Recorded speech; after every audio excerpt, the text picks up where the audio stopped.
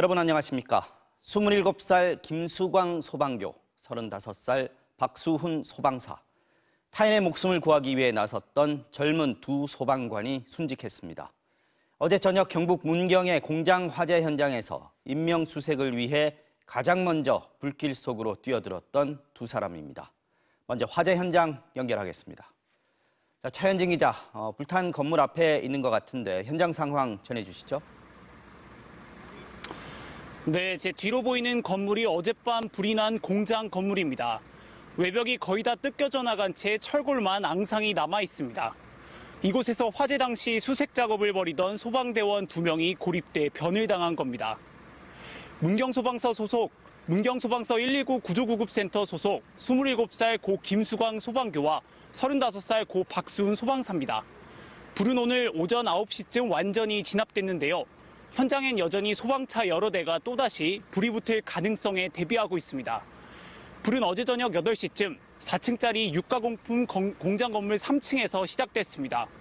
순직한 소방관 2명을 포함해 구조대원 4명은 한 조를 이뤄 공장 내부로 가장 먼저 들어갔습니다. 하지만 얼마 안 가 화염이 공장 전체로 크게 번지면서 진입한 대원 4명 중 2명의 연락이 두절됐습니다. 곧바로 대응 2단계를 발령한 소방당국은 9개 조 70여 명으로 구조팀을 꾸려 수색에 나섰지만 불길이 너무 강한 데다 추가 붕괴 위험까지 있어 어려움을 겪었습니다. 결국 큰 불을 잡은 뒤인 오늘 새벽 0시 21분에 고 김수광 소방교가, 그로부터 3시간 반 후인 3시 54분에 고 박수훈 소방사가 1층에서 숨진 채 발견됐습니다.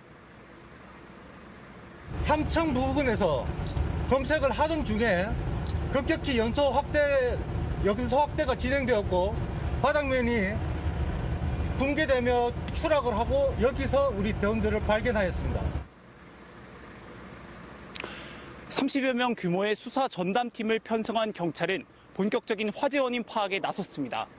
특히 목격자 진술과 CCTV 영상 등을 토대로 3층 튀김기에서 불이 시작됐다는 가능성에 무게를 두고 있는데요.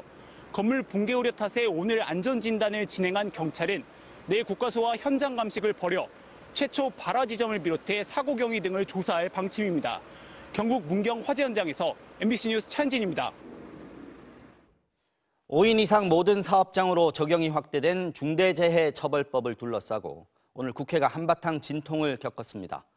여당은 법 적용을 2년 더 늦추는 법안을 오늘 통과시키자면서 이 2년이 끝난 시점에 산업안전보건지원청을 설치하자고 제안했습니다. 민주당은 의원총회까지 열어 논의했지만 안 된다고 결론 내렸습니다. 민주당은 노동자의 생명과 안전이 우선이라고 했고 국민의힘은 민주당이 양대노총의 눈치를 봤다고 비판했습니다. 신준명 기자입니다. 중대재해처벌법은 지난달 27일부터 5인 이상 모든 사업장에 적용되고 있습니다. 국민의힘은 50인 미만 사업장에는 법 적용을 다시 2년 더 늦추고 야당이 요구한 산업안전보건청을 보건지원청으로 바꿔 역시 2년 뒤에 설치하자고 제안했습니다. 수긍하기 어려운 요구이기는 하지만 하여튼 현장의 어려움을 해소하기 위해 노동계는 노동자의 목숨은 거래 대상이 아니라며 법을 또다시 유예한다면 죽음은 반복될 거라고 반발했습니다. 민주당은 본회의를 앞두고 1시간 반가량 의원총회를 통해 결국 정부 여당의 제안을 거부하기로 했습니다. 산업 현장에서 노동자의 생명과 안전이 더 우선한다는 기본 가치에 충실하기로 했습니다. 국민의힘은 민주당이 양대 노총의 눈치를 보고 민생 현장을 외면했다고 비난했습니다. 처벌만이 능사인가? 산업 현장 외면 말라. 윤석열 대통령도 민주당이 민생보다 정략적으로 지지층 표심을 선택했다고 말했습니다. 여야 모두 언제든 협상에는 응할 것이라며 여지를 남겨뒀지만 총선을 앞두고 산업계와 노동계가 엇갈리는 법안에 합의할 가능성은 높지 않습니다.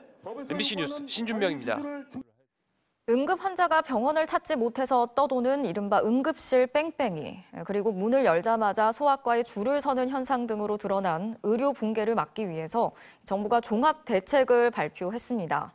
이번 정책의 핵심은 의료 취약 지역, 필수 의료 분야의 인력을 늘리겠다는 건데요. 지역 필수 의사를 뽑아서 지원하고 의대에서 지역 인재 선발을 늘리는 대책도 추진하기로 했습니다. 먼저 정부의 발표 내용을 유서영 기자가 정리했습니다. 지금이 의료 개혁을 추진할 골든타임이다. 제8차 민생토론회에서 윤석열 대통령은 의료계의 문제점을 정면으로 지적했습니다. 일부의 반대나 저항 때문에 후퇴한다면 국가의 본질적인 역할을 저버리는 것이나 다름없습니다. 정부 대책의 핵심은 의료 인력이 부족한 지역에 필수 의료진을 확보하는 겁니다. 이른바 지역 필수 의사제가 도입됩니다. 지자체와 계약을 맺어 지역 의대생에게 장학금과 수련 비용을 주고 지역의 필수 의료진에겐 충분한 수익과 거주 여건을 보장해주는 겁니다. 또 비수도권 의대에서 정원의 40% 이상을 뽑게끔 돼 있는 지역 인재 선발 비율을 대폭 끌어올립니다. 앞으로 늘어나는 의대 정원의 상당수를 여기에 반영하겠다고 했습니다. 정부는 구체적인 증원 규모를 밝히진 않았지만 당장 취약 지역에 의사 5천 명이 필요하고 10년 뒤인 2035년엔 1만 명이 부족하다는 연구 결과를 강조했습니다. 또 의료사고와 관련해 책임보험과 공제에 가입하는 걸 전제로 형사처벌을 면제해주는 특례법도 추진하기로 했습니다. 다만 환자 동의와 의학적 근거가 있고 의료분쟁 조정 중재에 참여한 경우로 제한할 방침입니다. 형사처벌 불안 없이 생명과 직결된 고위험 수술과 응급진료에 집중할 수 있게 됩니다. 정부는 지역 필수의료 지원 기금을 만들고 오는 2028년까지 10조 원 이상 건강보험 재정을 투입해 필수의료행위 수가도 인상하기로 했습니다. 또 의료인력 쏠림의 원인으로 지목된 미용의료에 대해선 피부시술의 자격 개선을 검토하고 도수치료 같은 비급여의 급여를 섞는 혼합진료를 금지하겠다고 밝혔습니다. 정부는 다만 구체적인 세부 사항은 앞으로 대통령 직속 특별위원회를 꾸려 논의를 이어가겠다고 덧붙였습니다. MBC 뉴스 윤서영입니다. 정부가 네 번째 이동통신사로 스테이지 X 컨소시엄을 선정했습니다. 기존 통신사들의 과점 구조를 깰 수 있는 매기 역할을 할 수 있을지 기대를 모으고 있는데요. 치열한 경쟁으로 낙찰가가 크게 오르면서 초기 사업 비용 등의 문제도 남아 있습니다. 오유림 기자가 전하겠습니다. 이동통신사가 SK, KT, LG, 3개 회사로 통합된 지 22년 만에 네 번째 이동통신사가 등장했습니다. 카카오에서 분리된 알뜰폰 업체 스테이지5가 주축이 된 컨소시엄으로 정부는 스테이지 X를 5세대 이동통신인 주파수 28GHz 대역 사업자로 최종 선정했습니다. 주파수 낙찰 가격은 4,301억 원으로 10년 전 통신 3사가 낙찰받았던 가격의 2배였습니다. 스테이지 X 측은 낙찰가가 당초 예상보다 높은 수준에서 결정됐지만 28GHz의 독점 사용으로 다양한 서비스와 부가가치를 고려해 경매가를 결정했다고 설명했습니다. 정부는 시장 경쟁을 유도하기 위해 2010년부터 제4 이통사 선정에 나섰지만 자격을 갖춘 업체를 찾지 못해 7차례나 사업자 선정에 실패했습니다. 이번 선정은 주파수 경매를 통해 사업자를 등록하는 방식이었습니다. 하지만 제4통신사의 등장이 서비스와 가격 경쟁으로 이어질지는 의문입니다. 28GHz는 이미 이동통신 3사가 도전했지만 사업화에는 실패했습니다.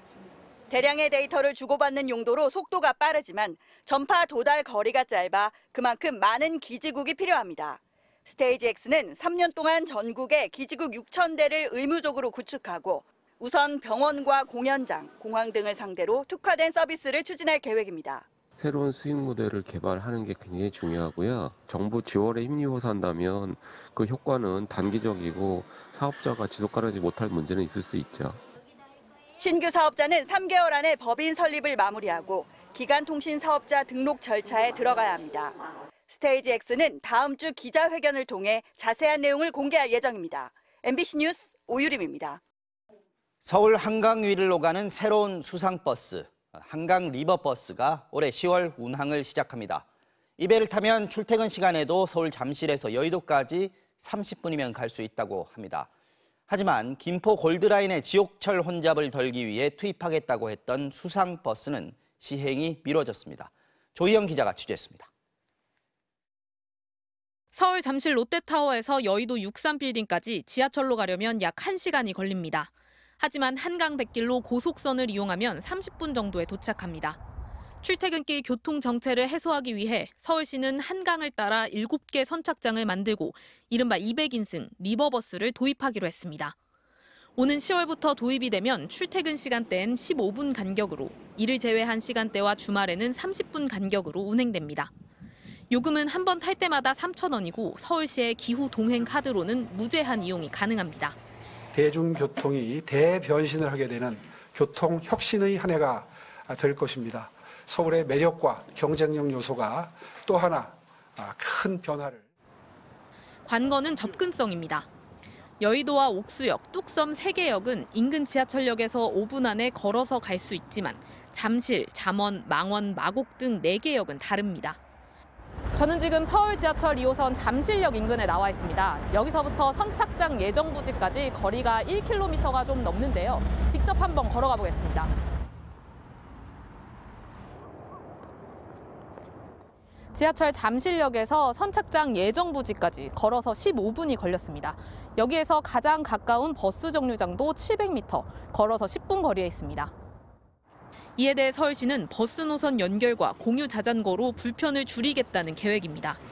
또 당초 김포 골드라인의 혼잡도를 줄이기 위해 김포까지 수상버스를 투입하겠다고 공언해 왔지만 내년 시행에선 제외됐습니다.